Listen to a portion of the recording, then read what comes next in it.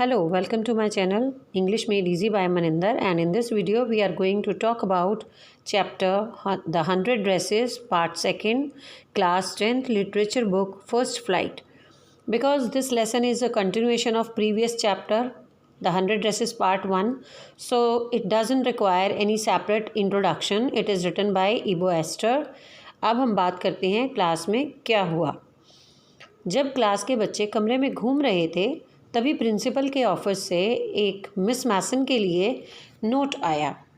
Miss मैसन ने उसे कई बार पढ़ा और 1 मिनट के लिए विचार किया। फिर उसने तालियां बजाई और सब बच्चों से कहा कि अपनी सीट पर बैठ जाएं। जब सब बच्चे शांत और स्थिर हो गए, मिस मैसन ने कहा, मेरे पास वेंडा के पिता की चिट्ठी है जो मैं तुम्हें पढ़कर सुनाना चाहती हूँ। मिस मैसन जहाँ थी 1 सेकंड के लिए वही खड़ी रह गई और कमरे की शांति उम्मीद से भर गई। मिस मैसन ने अपने चश्मे को जानबूझकर ठीक किया।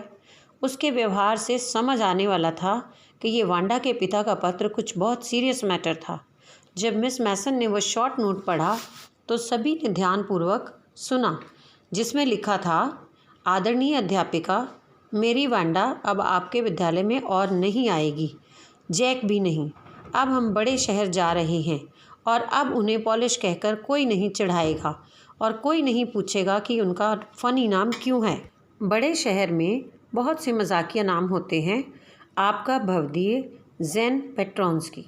इस पत्र को पढ़ने के बाद एक गहरी शांति फैल गई।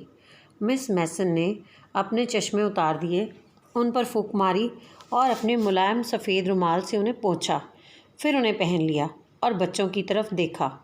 वह बोली, उसकी आवाज़ बहुत धीमी थी, मुझे यकीन है कि कमरा नंबर 13 के किसी भी लड़के या लड़की ने जानबूझकर और इच्छापूर्वक किसी की भावनाओं को इसलिए ठेस नहीं पहुंचाई होगी क्योंकि उसका नाम बहुत लंबा और स्ट्रेंज है।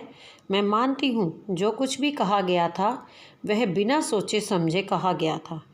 मैं जानती हूँ यह जो कुछ भी हुआ है बहुत ही दुर्भाग्यपूर्ण है, दुर्भाग्यपूर्ण और दुखदाई दोनों, और मैं चाहती हूँ आप सभी इसके बारे में सोचें। पहला पीरियड पढ़ाई का था। मैडी ने अपना पाठ तैयार करने की कोशिश की, परंतु वो अपना ध्यान अपने काम में नहीं लगा पा रही थी। उसके पेट में कुछ बेचैनी सी महसूस हो रही थी। सच्चाई ये थी कि उसने कभी भी पैगी द्वारा वेंडा से पूछने पर कि उसकी अलमारी में कितनी पोशाकें हैं कभी आनंद नहीं प्राप्त किया, यानी उसे इस बात में बिल्कुल खुशी नहीं होती थी।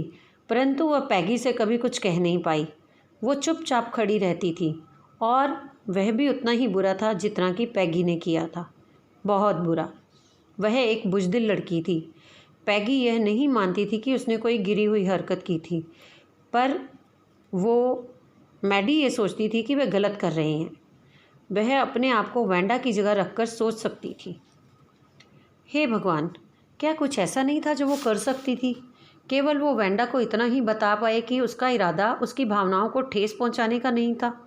वह दूसरी ओर मुड़ी और नज़र चुराते हुए पैगी की ओर देखा, परंतु पैगी ने ऊपर नहीं देखा। वह बहुत ध्यानपूर्वक पढ़ती हुई प्रतीत हो रही थी। खैर, पैगी को बुरा लगा हो या नहीं, मैडी को तो कुछ न कुछ करना ही था। उसे वांडा पेट्रोंस्की को ढूंढना था। हो सकता है वह अभी तक वहाँ से दूर न गई हो सकता है पैगी उसके साथ बॉगिन्स हाइट्स पर चढ़े और वे वेंडा को बता पाएँ कि उसने प्रतियोगिता जीत ली, कि वे ये सोचते थे कि वो होशियार थी और वे 100 पोशाकें खूबसूरत थी। जब दोपहर में स्कूल समाप्त हुआ, पैगी ने लापरवाही जताते हुए कहा, हे, चलो चलते हैं और देखते हैं कि वो लड़की कस्बा छोड़कर गई है या नहीं। अर्थात पैगी का भी यही विचार था। मैडी खुश हो गई। पैगी बिल्कुल ठीक थी। दोनों लड़कियां जल्दी से बिल्डिंग से बाहर आईं, गली में से बॉगिन्स हाइट की ओर बढ़ने लगी। कस्बे का वो हिस्सा जहां पर नवंबर की इस प्रकार की दोपहर में भी रिपेलेंट यानी घृणा से भरी हुई हवा थी, गीला और उदास मौसम था। चलो, आखिरकार, पैगी ने रूखे स्वभाव से कहा। मैंने उसे कभी विदेशी नहीं बुलाया या कभी उसके नाम का मजाक नहीं उड़ाया था। मैंने कभी नहीं सोचा था कि उसमें इतनी समझ थी यह जानने की कि हम उसका मजाक बना रहे हैं। मुझे लगा वो बहुत ही ज़्यादा बुद्धू थी और देखो वो कितनी अच्छी कलाकारी कर सकती है। मैडी कुछ कह नहीं पाई। वह जो उम्मीद कर रही थी वो बस ये था कि वो वेंडा को ढूंढ पाए। वह उसे बोलना चाहती थी कि वे शर्मिंदा हैं कि उन्होंने उसे तंग किया और समूचा स्कूल उसे बहुत बढ़िया मानता था और वो कृपया वहाँ से ना जाए और सभी उसके साथ अच्छा व्यवहार करेंगे। वो और पैगी किसी से भी लड़ेंगे जो उसके साथ अच्छा व्यवहार नहीं करेगा। दोनों लड़कियां जल्दी करने लगी। वे अंधेरा होने से पहले पहाड़ी की चोटी पर पहुंचने की उम्मीद कर रही थी। मुझे लगता है कि ये वो जगह है जहाँ पेट्रोन्स्कीज रहते हैं, मैडी ने एक छोटे सफ़ेद घर की तरफ इशारा करते हुए कहा। वहाँ रास्ते के आसपास पुरानी घास उगी हुई थी।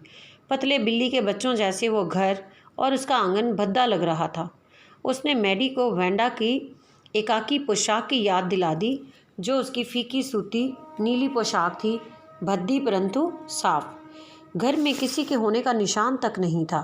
पैगी ने मजबूती से दरवाज़ा खटखटाया, परंतु कोई जवाब नहीं आया। अब वह और मैडी घूमकर घर के पिछले दरवाजे की तरफ गई। वहाँ भी खटखटाया, अब भी कोई जवाब नहीं आया। इस बात में कोई शक नहीं था कि पेट्रोन्स्कीज वहाँ से जा चुके थे। अब वे उसे कैसे बता पाएंगे कि वे शर्मिंदा थे। वे धीरे से घूमे और पहाड़ी से वापस अपने रास्ते चल पड़े। खैर कोई बात नहीं, पैगी ने कहा। अब वो चली गई तो हम क्या कर सकते हैं। इसके अलावा जब मैं उसकी पोशाकों के बारे में पूछ रही थी, उसे अपनी चित्रकारियों के लिए अच्छे विकल्प मिल रहे थे, वरना उसने शायद ये प्रतियोगिता कभी नहीं जीती होती। मैडी ने यह विचार समझदारी से अपने दिमाग में सोचा, ताकि यदि कुछ हो तो इतना बुरा महसूस ना हो। परंतु उस रात वो ढंग से सो नहीं पाई। वह वेंडा और उसकी फीकी पोशाक और उसका छोटा सा घर जिसमें वो रहती थी के बारे में सोचा और उसकी 100 पोशाकों के बारे में सोचा जो कक्षा में एक कतार से लगी हुई थी। अंत में मैडी उठकर बैठ गई, गंभीरता से सोचा और एक निर्णय पर पहुंची कि अब वो एक तरफ खड़ी नहीं रहेगी। अगर किसी को तंग करते हुए पाएगी क्योंकि वो उसका चेहरा या नाम हास्यास्पद है, तो वो बोल देगी। और यहाँ तक कि अगर उसे पैगी की दोस्ती छोड़नी भी पड़े, उसके पास वेंडा से सब कुछ ठीक ठाक करने का कोई रास्ता नहीं था। परंतु आगे से वो कभी किसी के साथ ऐसा नहीं होने देगी। शनिवार को मैडी ने दोपहर पैगी के साथ गुजारी। वो वेंडा पेट्रोन्स्कीज को पत्र लिख रहे थे। वह केवल दोस्ती वाला पत्र था जो कि कंपटीशन के बारे में यह बताता था कि वेंडा कंपटीशन जीत गई है। उन्होंने यह भी बताया कि उसकी चित्रकारियाँ बहुत सुंदर थीं।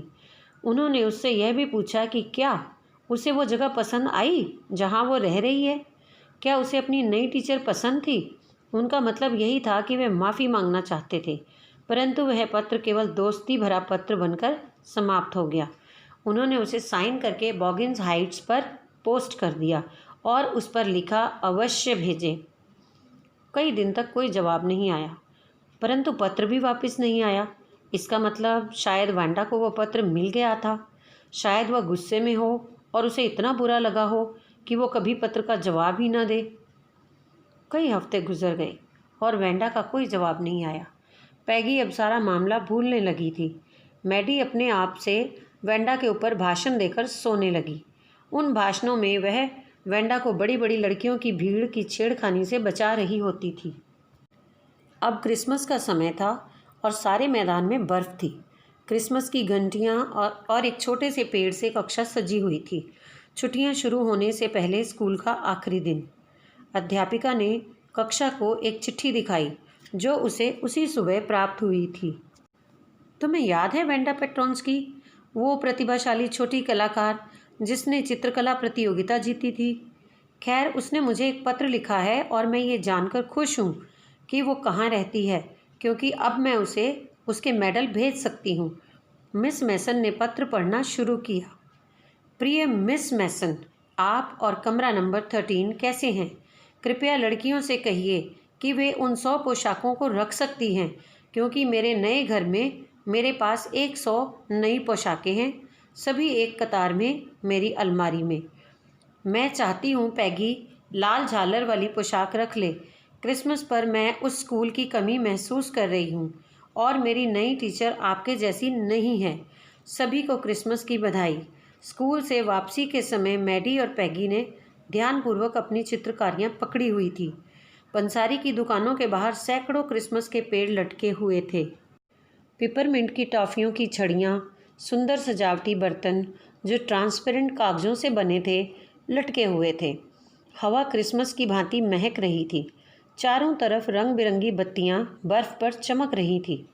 अरे वाह, पैगी ने कहा, इससे पता चलता है कि वो हमें सचमुच पसंद करती थी। इससे पता चलता है कि उससे हमारा पत्र मिल गया और ये उसका तरीका है ये बताने का कि सब कुछ ठीक है। मुझे ऐसी उम्मीद है, मैडी ने उदासी से कहा, क्योंकि वह जानती थी कि अब उसे कभी नहीं देख पाएगी और अपने बीच की बातों को कभी ठीक नहीं कर पाएगी। वह घर गई और अपना चित्र अपने बेडरूम में गुलाबी फूलों वाले वॉलपेपर के फटे हुए हिस्से पर लगा दिया।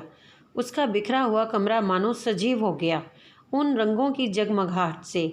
मैडी बिस्तर पर बैठ गई और चित्र को देखने लगी। वह पैगी के साथ खड़ी रहती थी और कुछ नहीं कहती थी।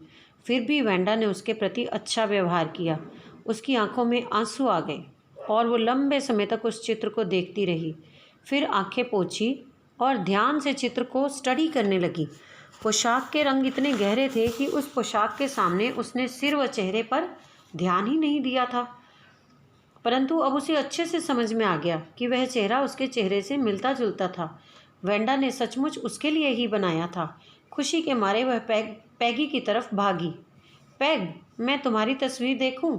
और जब देखा तो पैगी की चित्रकला में पैगी का चेहरा था। दोनों दोस्त खुश थीं और कल्पना करती हैं कि वे दोनों वेंडा को पसंद आई थी। हाँ, ज़रूर पसंद आए होंगे, मैडी ने माना और उसने अपने आंसू पोंछ लिए जो हर बार आते जब भी वह वेंडा के बारे में सोचती। स्कूल के मैदान में वह अकेली खड़ी होकर, भाव शून्य होकर लड़कियों के झुंड को देखती जो उसके चले जाने के बाद, यह कहने के बाद कि ज़रूर 100 पोशाकें सभी एक कतार में लगी हुई उस पर हंसती थीं। तो अब बात करते हैं क्वेश्चंस की। Why didn't Maddie ask Peggy to stop teasing Wanda? What was she afraid of? Peggy Maddie की बेस्ट फ्रेंड थी और वो उसे खोना नहीं चाहती थी, इसलिए वो कभी भी अपनी फ्रेंड को रोक नहीं पाई कि वो वेंडा को ना छेड़े। और दूसरा, उसे ये भी डर था कि शायद पैगी उसी का मजाक ना उड़ाने लगे और वो सारी लड़कियों का टारगेट बन जाएगी। अच्छा, मिस्टर पेट्रोंस्की के पत्र में क्या लिखा गया था? मिस्टर पेट्रोंस्की के लेटर में लिखा गया था कि उनकी डॉटर वेंडा अब कभी स्कूल नहीं आएंगे क्योंकि वे लोग वहाँ से बड़े शहर की तरफ मूव कर रहे हैं। ना ही जेड आएगा और अब उन्हें कोई उनके फ़नी नाम की वजह से चिढ़ाएगा भी नहीं। आपको क्या लगता है, मिस मैसन कक्षा से नाराज़ हैं, नाखुश हैं या दुखी हैं? हाँ, मिस मैसन अपसेट हैं, दुखी हैं डेफिनेटली, लेकिन वो गुस्सा नहीं हैं बच्चों से, क्योंकि उनको बहुत बुरा लगता है कि एक बच्चा इसी तरह से क्लास में टीज़ हुआ कि उसे स्कूल छोड़ना पड़ गया। एक important question, what important decision did Maggi make? यानी मैगी ने ऐसा कौन सा निर्णय लिया था? उसे उसके बारे में गहराई से क्यों सोचना पड़ा था? मैडी ने डिसाइड किया कि वो आगे से कभी भी किसी बच्चे को टीज़ नहीं होने देगी और चुप खड़ी रहकर तमाशा नहीं देखेगी, भले ही इसके लिए उसे किसी अच्छे दोस्त की कुर्बानी क्यों ना देनी पड़े। तो बच्चों, ये थी द 100 ड्रेसेस पार्ट सेकंड की स्टोरी और कुछ इंपॉर्टेंट क्वेश्चंस। मुझे उम्मीद है ये वीडियो आपको पसंद आया होगा। अगर ऐसा है तो इसे लाइक, शेयर और सब्सक्राइब करें और अपने विचार कमेंट बॉक्स में ज़रूर लिखें। Thank you.